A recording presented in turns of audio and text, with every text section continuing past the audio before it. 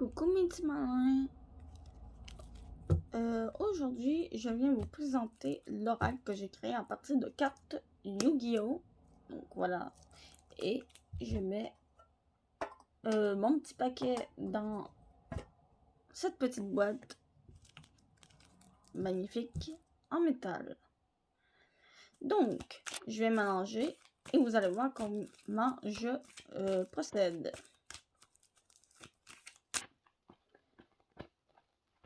Donc, je vais mélanger.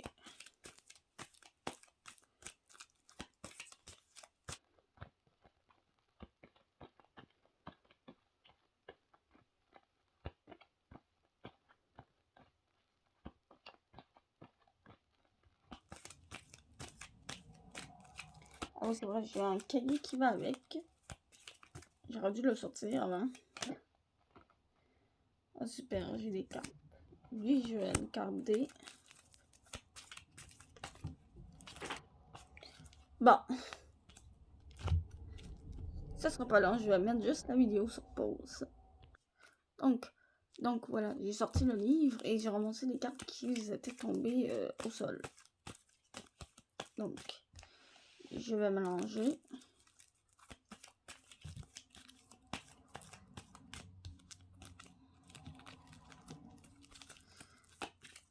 Donc, un cœur et je vais cut en deux.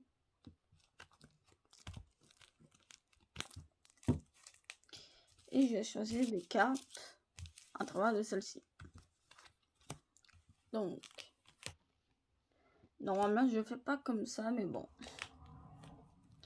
Ok, allons-y comme ça. Tant qu'à continuer ce que je fais. Donc,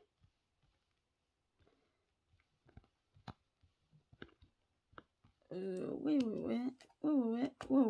Ah ouais.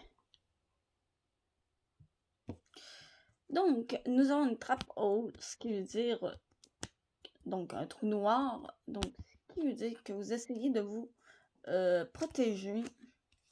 Ensuite, nous avons la petite magicienne des ténèbres. Nous avons le magicien du chaos sombre. Nous avons le bâton du magicien. Et nous avons le magicien sombre, le dragon chevalier. Normalement, ceci, c'est une carte de fusion. Donc, une carte de fusion dans le sens que ça prend deux monstres plus une carte magique pour fusionner les deux monstres pour le faire apparaître, ou plutôt invoquer. Si on reste dans le terme de Yu-Gi-Oh! Donc, déjà là, il y a trois monstres qui sont très très forts. Donc, ce qui veut dire, en ce moment même, vous êtes fort. Donc, vous avez de la force pour vous battre pour une cause. Ça peut être pour protéger dans un sens les autres. Parce qu'on dit des fois que les forts doivent protéger les faibles. Dans ce sens-là. Ensuite,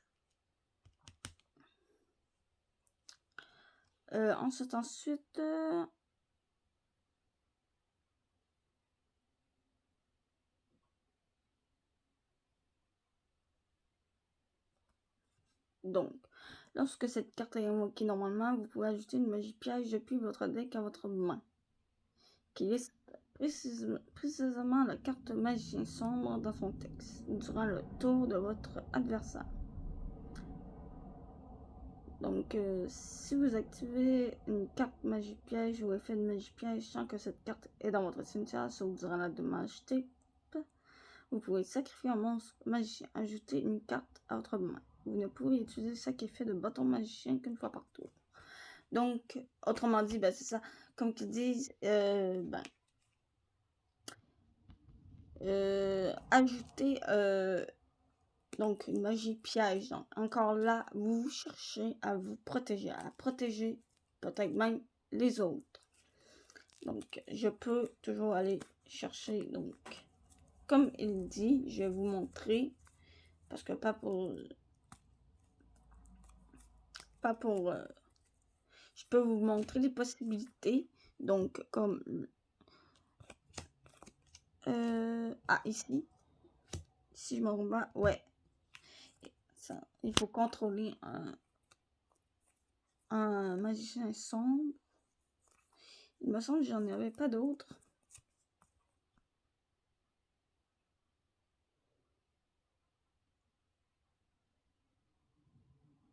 Ouais, il y a lui.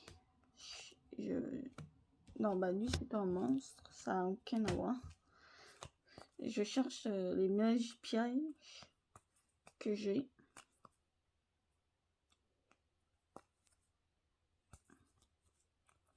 Ouais, ça va prendre un petit moment. Je vais faire juste ça. Voilà. Il y a celle-là ici.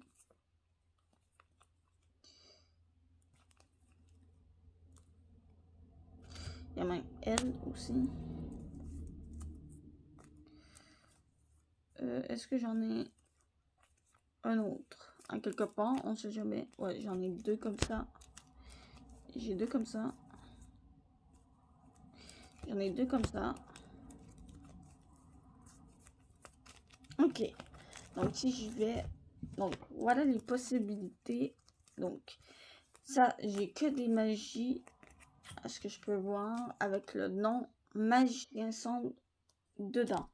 Donc, il y a elle, le Dark Magic Circle. Je vais aller le chercher et je vais vous dire ce qu'il fait, lui. Donc, voilà, cercle magique sombre. Lorsque cette carte est activée, regarde les 3 cartes du dessus de votre deck. Puis, vous pouvez révéler parmi elles un magicien sombre ou une magie piège qui liste spécifiquement la carte magicien sombre dans son texte et ajoutez-la à votre main. Et aussi, placez les cartes restantes au-dessus de votre deck, dans l'ordre de votre choix. Si magicien sombre est invoqué normalement ou spécialement sur votre terrain, sauf durant la dommage step, bannis-la. Vous ne pouvez utiliser chaque effet de carte de cercle magique sombre qu'une fois par tour. Donc, voilà, encore là, ça nous permet d'aller chercher une magie piège avec qui liste le nom de magicien sombre à l'intérieur. Ensuite, il y a celui-là, le Dark Magic Attack, qui dit si vous contrôlez un magicien sombre ou magicien des ténèbres plutôt, bah, vous pouvez détruire tous les cartes magie piège que l'adversaire contrôle. Et ensuite, nous avons aussi le Thousand Knife, donc le 1000 couteaux ou quelque chose comme ça.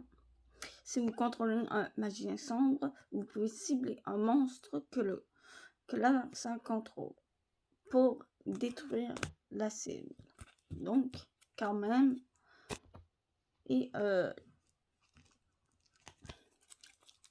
magicien sombre, c'est celui-là. Donc, magicien sombre, c'est celui-là. J'en ai plusieurs. Donc, voilà. J'en ai vraiment plusieurs. Je sais pas où est-ce qu'il est là. Où est-ce qu'ils sont les deux autres? Au secours. Ah, voilà. J'en ai un là. J'en ai un ici. Voilà. J'en ai 3. Donc, voilà pourquoi je dis que vous êtes sur la défensive. C'est vraiment, vous êtes vraiment là pour protéger les uns les autres. Donc, vous essayez aussi de les défendre. Donc, les défendre, attaquer ceux qui veulent leur faire du mal. Donc, attaquer dans le sens, pas à attaquer physiquement, ni verbalement, mais plutôt avec ce qui est légal, en fait. Voilà, c'est tout pour ça. Je vous dis à plus et on se retrouve dans une autre vidéo.